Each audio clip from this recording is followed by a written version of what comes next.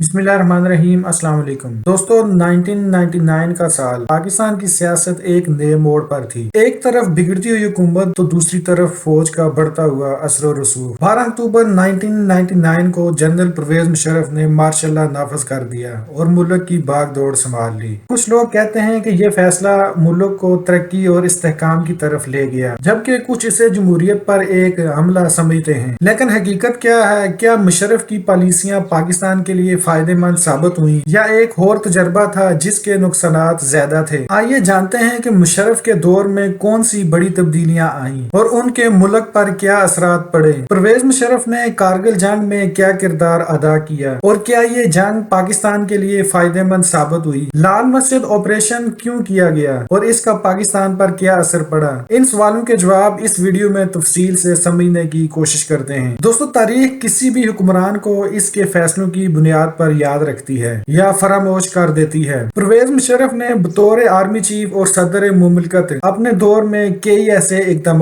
किए जो उनके तवील सफर इक़्तिदार के अहम संग मील करार दिए जाते हैं। लेकिन वहीं उन्होंने कई ऐसे इकदाम किए जिनसे जन्म लेने वाले तनाज़ात ने उनके इक़्तिदार के साथ साथ पाकिस्तान की तारीख का रुख भी मुतय्यन किया। उनके फैसलों को उनके मुखालफिन वो गलतियां करार देते हैं जिनकी सजा सदियों तक भुगतना पड़ती है, जबकि परवेज मुशर्रफ के हामियों के नजदीक ये हालात का तकाजा था। दोस्तों, ये फैसले तारीख में किसी के लिए यादगार और किसी के लिए मुतनाज़िया हो सकते हैं, लेकिन एक फैसला तारीख का भी है जो किसी के मानने या ना मानने से तब्दील नहीं होता। दोस्तों, कारगिल ऑपरेशन की हकीकत क्या है, इसे भी समझने की कोशिश करते हैं। General Parvez Musharraf army chief बनने के बाद पहली मर्तबा कारगिल ऑपरेशन की वजह से तवज्जो का मरकज बने। कारगिल ऑपरेशन का ताल्लुक पाकिस्तान और भारत के दरमियान अपने क्याम से ही कश्मीर पर शुरू होने वाला तनाज़ा था। कश्मीर पर होने वाले तनाज़े में सियाचिन ग्लेशियर का इलाका भी शामिल था। 1949 में होने वाले माहदे में सियाचिन में कराची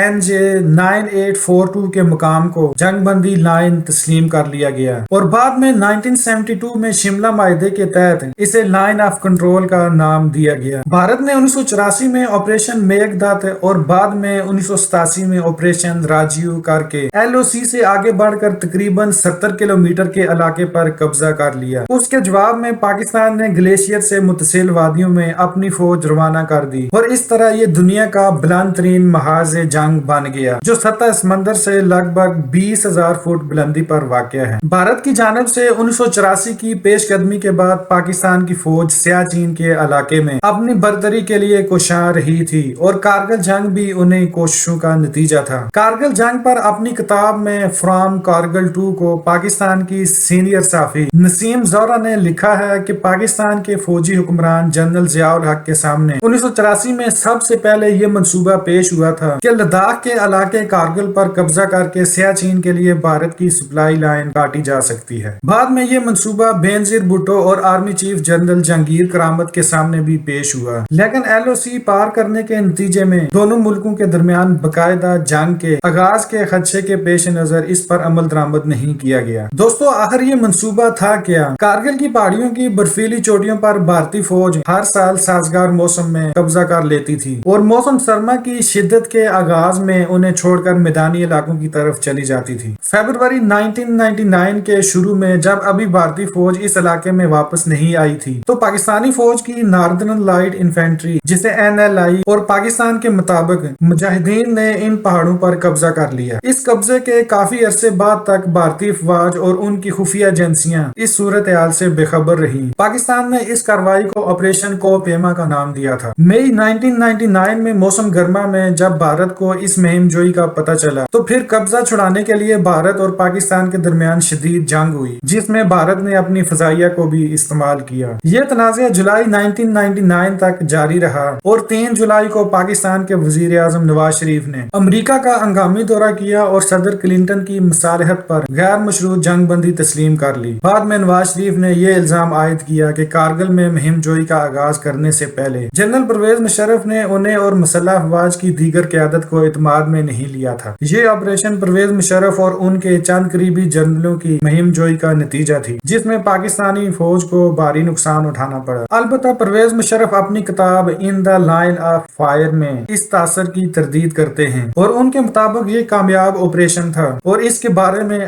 عسکری قیادت کو اعتماد میں لیا گیا تھا۔ اگرچہ بھارت بھی کارگل تنازع میں کامیابی کے دعوے دار ہے، تاہم وہاں اس جنگ کے بعد باقاعدہ ایک کمیشن بنا کر پاکستان فوج کی پیش قدمی کے بارے میں لاعلمی کے ذمہ داروں کا تعین کرنے کے لیے کمیشن بنایا گیا۔ البتہ پاکستان میں سرکاری سطح پر تحقیقات نہیں ہو سکی۔ نسیم زورہ سمیت کارگل جنگ پر لکھنے والے مصنفین میں سے زیادہ تر اس مہم جوئی کو پرویز مشرف کی بڑی غلطی قرار دیتے ہیں۔ اس مہم جوئی کے نتیجے میں جہاں پاکستان اور بھارت کے تعلقات متاثر ہوئے، وہیں پاکستان کے اندر اقتدار کا توازن بھی بگڑنا شروع ہو گیا تھا۔ دوستو آپ دوسرے سوال کی طرف آتے ہیں کہ لال مسجد آپریشن کیوں کیا گیا اور اس کا پاکستان پر کیا اثر پڑا۔ جنوری 2007 میں پاکستان کے دارالحکومت میں سرکاری اراضی پر بغیر اجازت مساجد اور مدارس کی تعمیرات کے خلاف لال مسجد سے متعلق لڑکیوں کے مدرسے کی طالبات نے احتجاج شروع کیا۔ 27 مارچ کو ان طالبات نے کعبہ خانہ چلانے کے الزام میں 3 خواتین کو یرغمال بنا لیا اور بعد میں 2 پولیس والوں کو بھی قید کیا۔ یرغمال کیے گئے افراد کو بعد میں رہا کر دیا گیا، لیکن لال مسجد کے خطیب مولانا عبدالعزیز نے 6 اپریل 2007 کو مسجد میں شرعی عدالت لگانا شروع کر دی اور مدرسے کے خلاف کارروائی کی صورت میں خود کو حملوں کی دھمکی بھی دے دی۔